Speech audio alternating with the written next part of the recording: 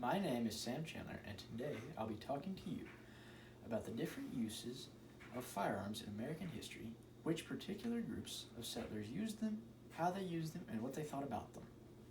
The first firearms made their way to America more than 500 years ago and were brought by European explorers.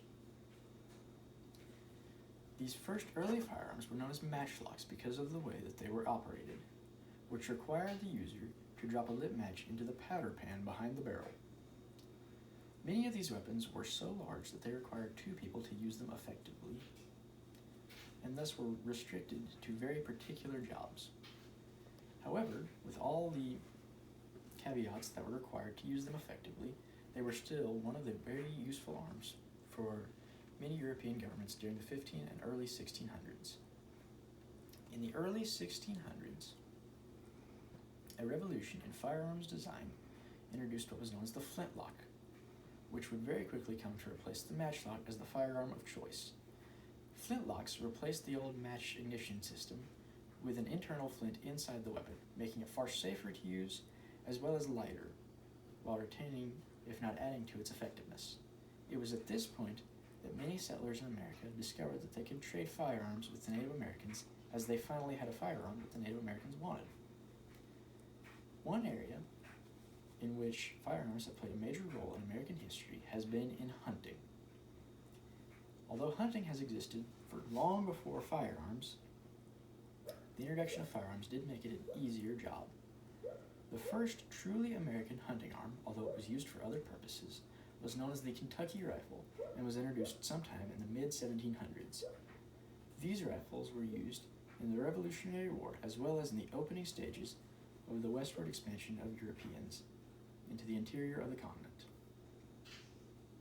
These weapons had a widely known reputation for being elegant and effective weapons with their long barrels and fine engraving on the stocks.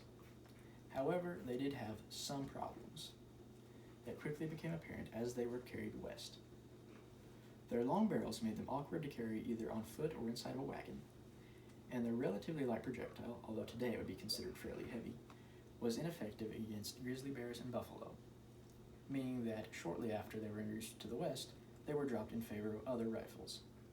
The primary rifle which came to replace the Kentucky as a hunting arm was known as the Hawken, because it was produced by the brothers Samuel and Jake Hawken of St. Louis, Missouri, although many of its characteristics were copied by other Western gun manufacturers.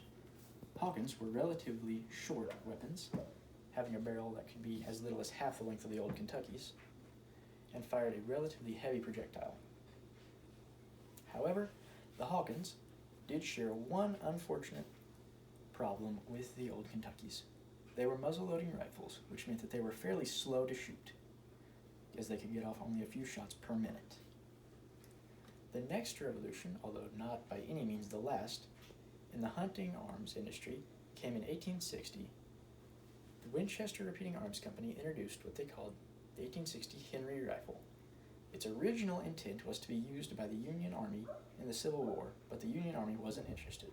So instead, Winchester sold many of their guns to westward travelers. It was at this point that the lever-action design became an American hallmark, and has remained so to this day. Another area in which firearms have made a key impact in American history has been in military use. The first widely issued rifled arm in American history has been the Enfield musket. The Enfield was originally designed for the British, and they used it in the Crimean War as well as many other conflicts.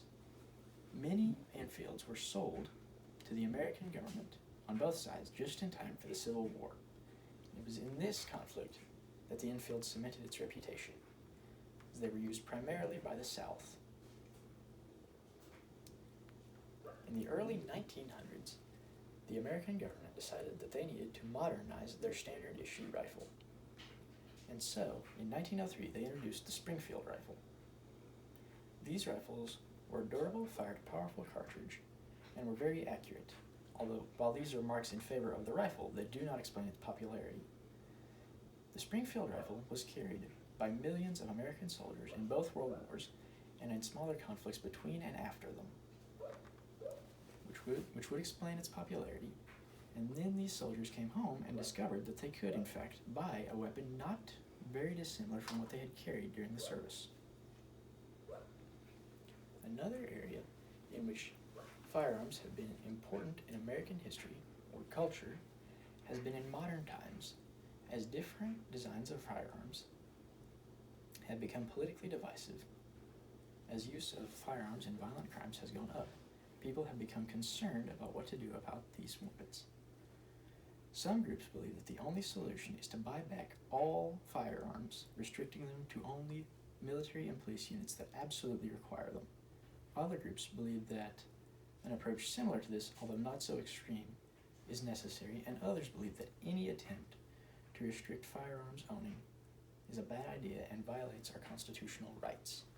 All of these groups actively believe that they are correct and that no one else is right, and are not willing to give at all. For the past 500 years, firearms have played a key and important role in American history and look to continue to do so. They have been used by the early explorers, they were used by hunters, and still are. They have been military arms, and they have now become political symbols. Firearms are here in America, and they're here to stay. All right, stop it.